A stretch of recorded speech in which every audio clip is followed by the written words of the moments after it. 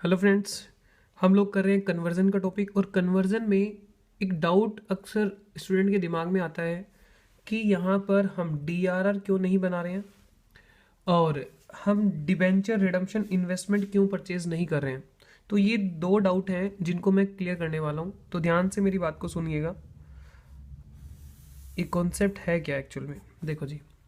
यहाँ पे debenture issue किए जाते हैं, मतलब लोन पब्लिक से लिया जाता है, और यहाँ पे डिबेंचर रिडीम किए जाते हैं, मतलब रीपेमेंट होती है लोन की। ठीक है। और बीच में क्या होता है, इंटरेस्ट पे किया जाता है। अब क्या होगा,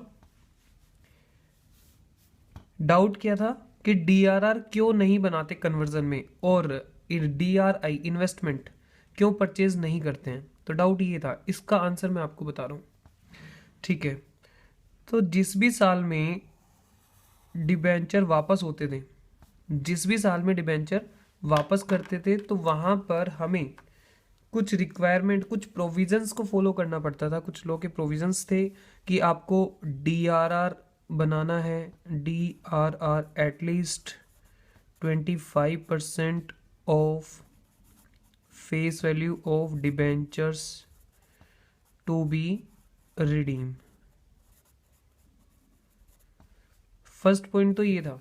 सेकंड पॉइंट था कि आपको जिस भी साल में आप रिडीम कर रहे हैं 30 अप्रैल, 30 तारीख तक आपको टाइम होता था।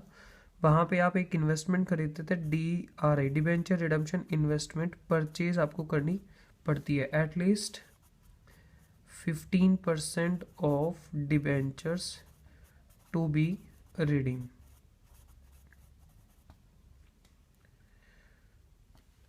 ठीक है। तो ये कंडीशन हुआ करती थी आपके पास जब आप कुछ क्वेश्चंस कर रहे थे, लेकिन ये कन्वर्जन में नहीं है। और यहाँ पे अच्छा, आप पहले ये बताइए, मैंने इसके लिए कुछ याद कराने की टेक्निक भी आपको बताई थी, कैसे डिजिटल इंडिया सर्जी, डिजिटल इंडिया, और यहाँ पे SIRG। आपने अगर मेरी पीछे वीडियोस देखी हो डिबेंचर से रिलेटेड रिडम्पशन वाली, तो वहाँ पे मैंने आपको बताया था डिजिटल इंडिया एक सर्जी, आपको कोड याद रखना है जिससे आपको आसान रहेगा।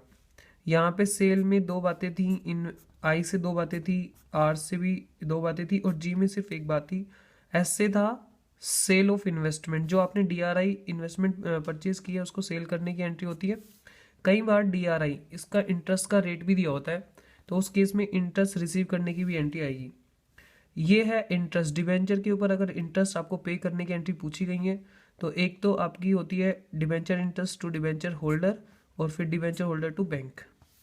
ये होती है रिडम्पशन की percentage debenture to debenture holder, और फिर डिबेंचर होल्डर टू बैंक। ये होती है अगर आपके सारे के सारे डिबेंचर रिडीम हो गए हैं, तो आपको DRR से अमाउंट निकाल के जर्नल रिजर्व में ट्रांसफर करना होता है। ये एंट्री वो है। तो इस तरीके से ये एंट्री होती है। अब क्योंकि हम कन्वर्जन का टॉपिक कर रहे हैं, लेकिन कन्वर्जन के टॉपिक में ये सब चीज़ें है ही नहीं, तो ये अक्सर बच्चों का एक डाउट आ जाता है कि ऐसा क्यों है कि यहाँ पे ये चीज़ें नहीं है। तो इसका रीज़न मैं आपको बताने वाला हूँ, तो ध्यान से इसका रीज़न आपने सुन रहे हैं।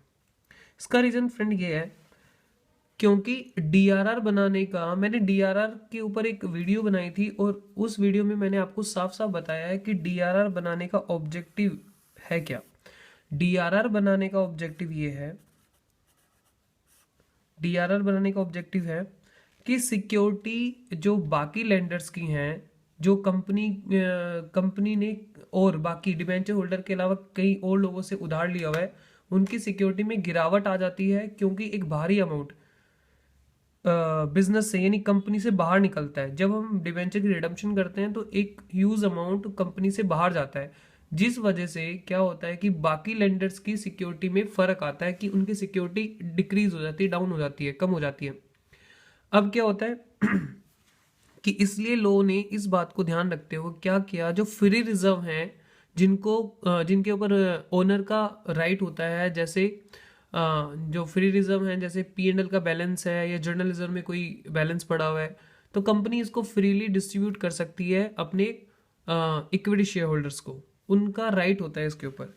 लेकिन अब क्या हुआ, कंपनी ने इस चीज़ को टेक केयर किया, और कंपनी एक्ट नहीं, इस चीज़ को टेक केयर किया और कंपनी एक्ट ने प्रोविज़न बनाया कि आप जब भी डिबेंचर, यानी कोई भी कंपनी जब डिबेंचर की वापसी कर रही है यानी पैसे वापस उनको दे रही है, तो उस केस में उसको फ्री प्रॉफिट में से कुछ प्रॉफिट बिजनेस में ही रिटेन रखना पड़ेगा, वो उसको डिस्ट्रीब्यूट नहीं कर सकती।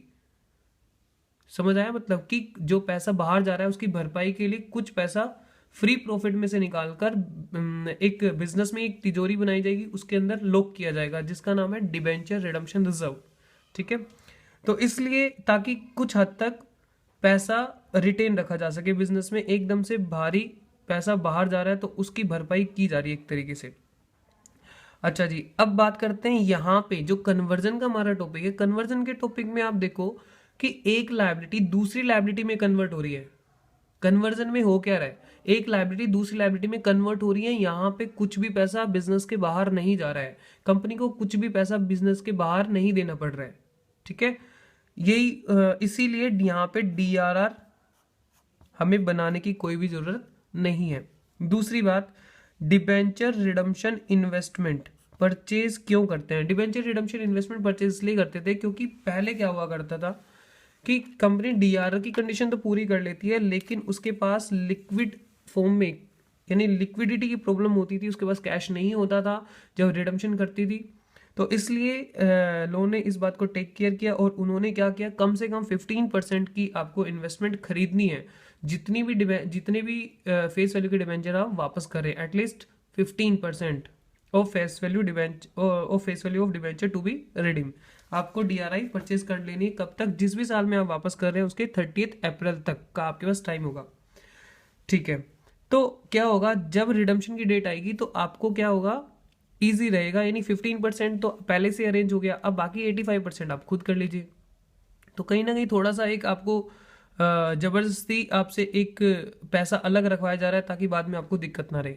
ओके जी, सुनो, तो अब यहाँ पे क्योंकि अमाउंट बाहर जाएगा ही नहीं कन्वर्जन में, क्योंकि एक लायबिलिटी दूसरी लायबिलिटी में कन्वर्ट हो रही है और कोई भी पैसा बाहर जा ही नहीं रहा, तो इस वजह से ये भी यहाँ पे डिबेंचर रिडम्पशन इन्वेस्टमेंट परचेज नहीं की जाएगी। तो इसलिए ये सभी एंट्री ऑटोमेटिकली यहां से कैंसिल हो गई। हाँ, ये हो सकती है, इंटरेस्ट पे करने की हो सकती है, और ये भी यहाँ पे मतलब ये तो होगी खैर, ये यहाँ से कट हो जाएगी। तो आप देख सकते हैं ये वाली ख़त्म, ये वाली भी ख़त्म, सेल जो इन्वेस्टमेंट को बेचते थे वो भी ख़त्म हो जाएगी, इंटरेस्ट आ सकती है और ये रिडम्पशन की आ सकती है। ठीक है, तो इसलिए मुझे उम्मीद है आपको मेरी बात समझ आई होंगी, और आपको अगर कोई डाउट आता है इसके रिस्पेक्ट में, कोई भी डाउट अभी भी बचा हुआ है, तो आप नीचे कमेंट में आप मुझको बताइएगा, तो मैं कोशिश करूंगा उसका रिप्लाई करने की। ओके दोस्तों, मिलते हैं नेक्स्ट वीडियो में, और नेक्स्ट वीडियो में हम कंटिन्यू करते हैं अपने कन्वर्जन के और क्वेश्चंस, जिसको आप इंजॉय भी करेंगे और इजी से आप उसको अंडरस्टैंड भी कर सकते हैं। Okay, bye bye.